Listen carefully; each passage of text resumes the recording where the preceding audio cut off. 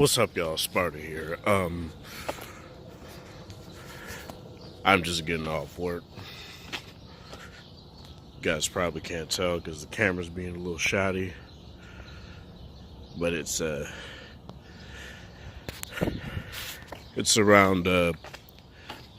a little after 7 a.m. right now. And I just want to start this video talking about Apple and the iPhone 8 Plus, 10.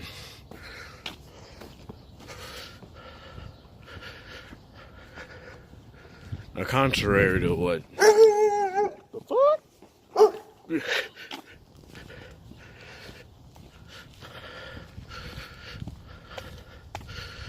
fucking dog. Contrary to what you guys may think about the channel, about me in particular not liking Apple, just because I don't buy any of their products doesn't necessarily mean I don't like them. I just don't personally like how the iPhone is positioned, especially now, how it's essentially just a fashion device. It's not necessarily ground pushing in any way, except for what you may think about the iPhone 10 and even the A11 Bionic chip. Crazy powerful chipset, especially for like a 6-core chip. That thing is fucking insane. But as far as what they do, I'm just talking about sheer rudimentary stuff like facial recognition, like wireless charging, fast charging. Normally when they come, and this is typical of Apple, when they come and adopt something, they come late. And normally when they come late to a standard and adopt it, it becomes widespread. Now sure, wireless charging, is was basically more, it became more widely adopted when Samsung started pushing it. Because, of course, Palm was essentially the first to push it. Then Windows Phone with Nokia. Then Google with the Nexus 4, and stuff like that. But there's this whole thing about PMA versus, Qi, shit like that. And now that Apple has adopted Qi, and thankfully hasn't started their own fucking standard,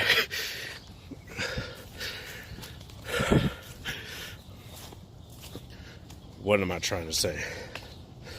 The whole wireless charging war is pretty much dead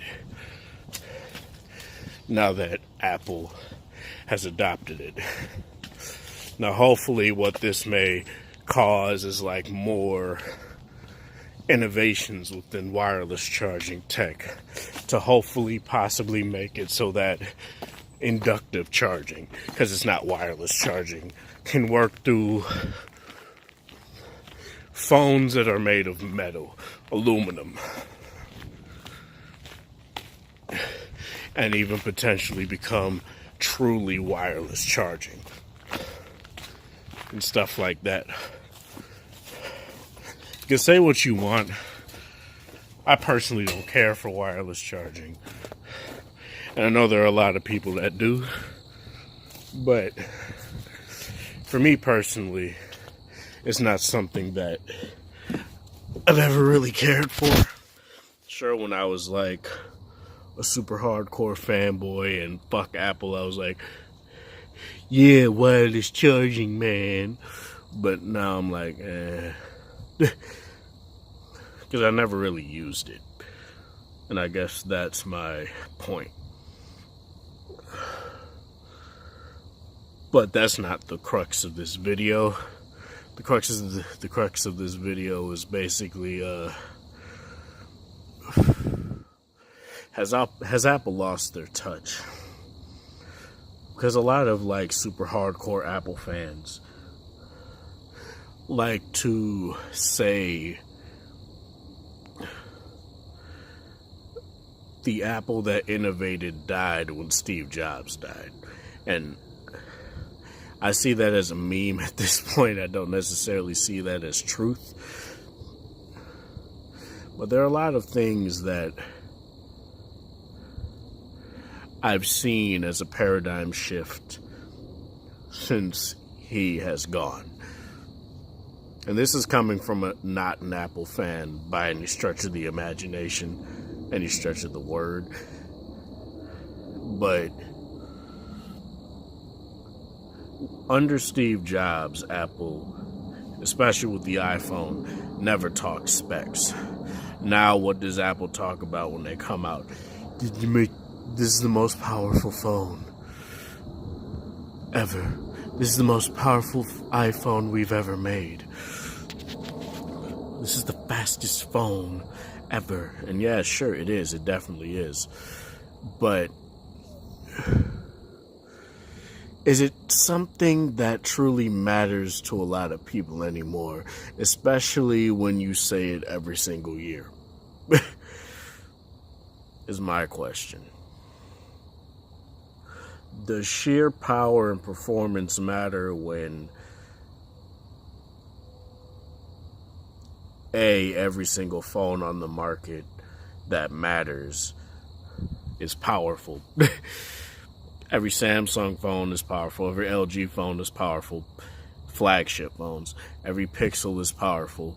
Granted, there's only like 2 variants. Every HTC powerful. Every Huawei powerful.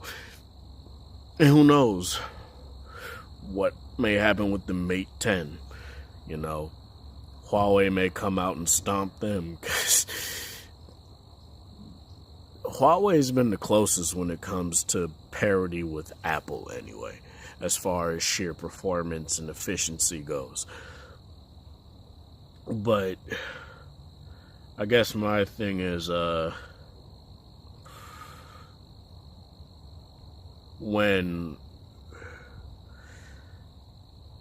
you, I don't know. There are a lot of things, like I've said, that Apple has done within the past, ever since the iPhone 5S, the implementation of iOS 7, that have pretty much shown their change in philosophy. It's no longer this is the most powerful because it is the most optimized, because it's surely not, with how many people have been complaining about lag, stutter, drop frames and animations and stuff, things that they slagged Android for quite a bit. And it seems like the tables have turned now.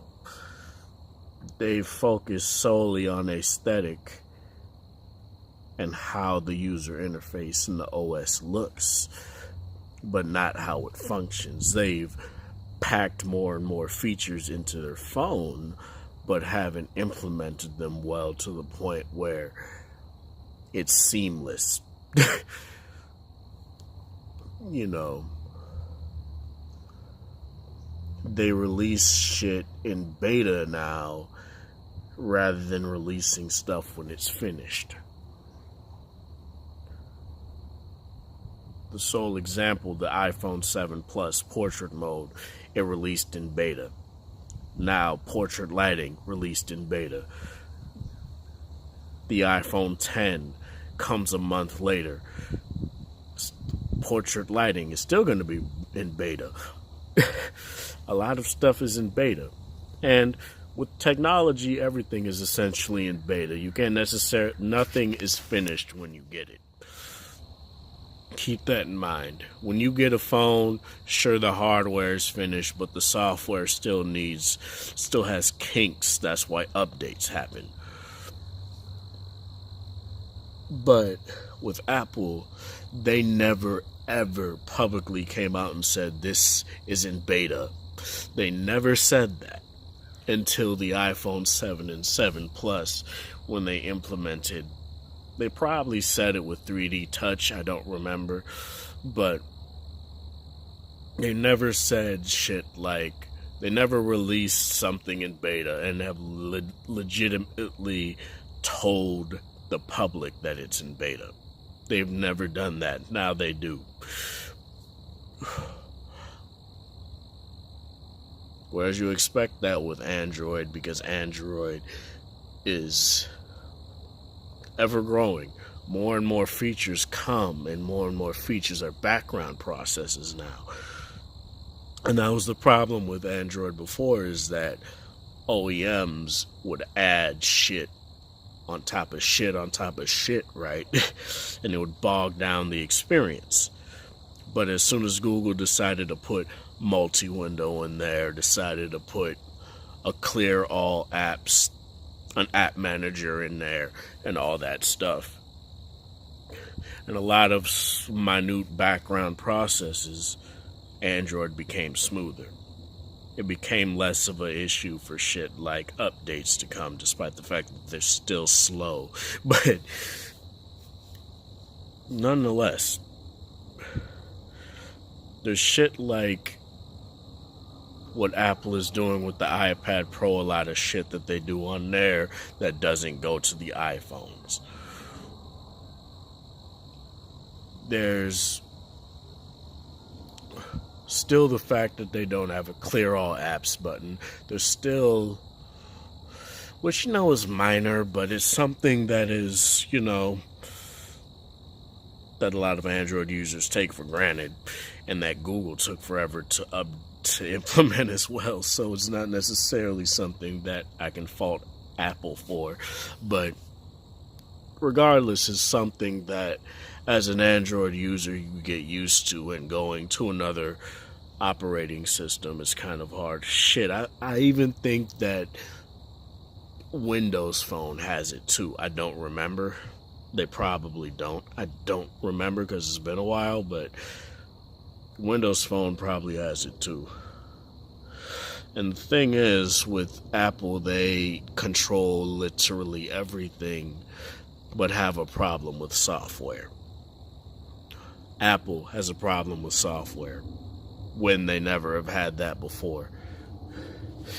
And if any Apple fanboys want to come in and white knight for them, talking about, I don't know what I'm talking about. I've watched plenty of videos on this. And I've touched an iPhone 8 in store, 8 and 8 Plus in store, as I did with the 7 and 7 Plus, as I did with the 6S, 6S Plus, and it's been the same experience every time.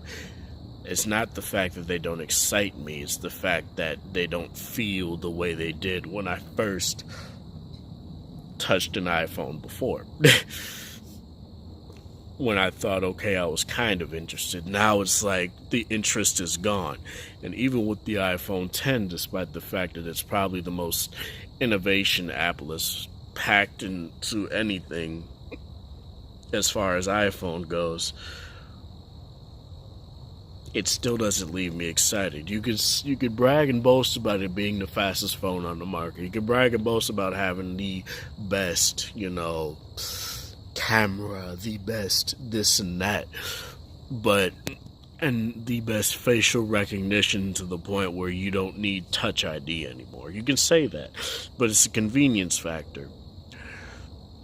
The fact that you still have to wake the phone, and sure, once you lift the phone up to your face, the raise to wake that they have on there, the screen turns on, sure.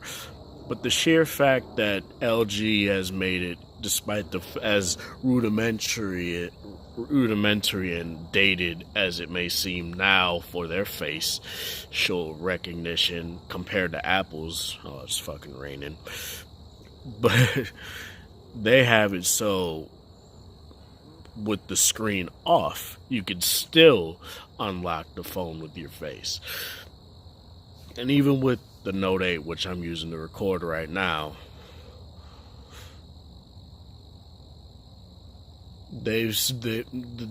Apple boasted about the fucking fact that you could get a haircut, you can do all this and that, and it'll still recognize your face. My Note 8 has no problem with doing that with face recognition, because when I first registered my face, I had a full face of hair, full head of hair, all that. And I tested it out, and it works no problem. I did it with my hood on, works no problem. I haven't tried with like a hat or anything like that. The only time it really doesn't work is when I have my glasses off, because I did the facial recognition with my glasses on. And I put a picture next to it in front of the camera, didn't recognize it.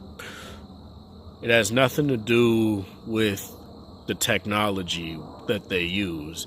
It has to do with the implementation.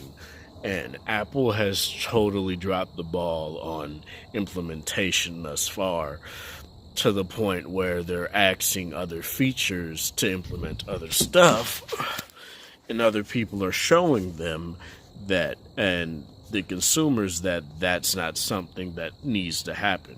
They didn't need to take the headphone jack out. They didn't need to do all this stuff that they've done. And it's not just the headphone jack that irks me. It's the fact that their competitors, despite the fact of what a lot of people say, that Apple is their own competitor. I agree with that in some cases, but I also agree that Samsung is their biggest competitor in this game right now. And Samsung has pretty much solved the problem of having virtual home button and having the physical, being able to hard press into where the home key is located. You could just get to your home screen right there. Apple could have done that. Their 3D touch is advanced enough, I would think, to the point, and their taptic engine, or haptic, I think it's taptic, I don't remember. I'm pretty sure it's haptic. Their haptic engine is surely advanced enough to where that can work. So I don't understand why they can't just do that. I'm checking the battery life right here. But I'm not going to sit here and rant anymore. I'm tired. I've been up since like 7 o'clock last night. So that's literally like 12 hours right there. So let me go inside and sleep. Let me know what you guys think. Please don't let it be a slew of comments bashing Apple or praising another company, despite the fact that that's kind of what I did. But the point of this video isn't to say that Apple is garbage and everyone else is better. The point of this video is to say that Apple has lost their way. And I'm pretty sure with the consumer, with the reception of the iPhone 8 so far, sure, it's been touted as a great phone, but I'm talking about from the consumer base, where barely anybody is getting it day one now, because obviously the 10 is coming out, and they think it's a 7S, which is, apt. I get that. My girlfriend, which is an iPhone user, she doesn't like the 7, and she doesn't like the 8, and she doesn't like the 10. So I don't know what she's gonna do now.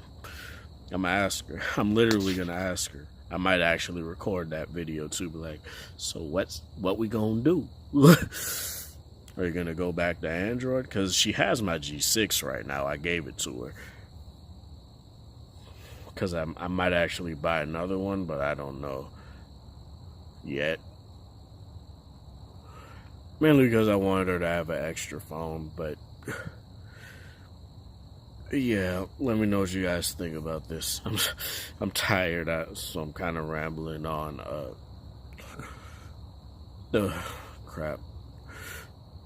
Be sure to share this with people that are interested. Be sure to like, subscribe, and hit the little notification bell for whenever you want to see new videos and know that new videos are coming up.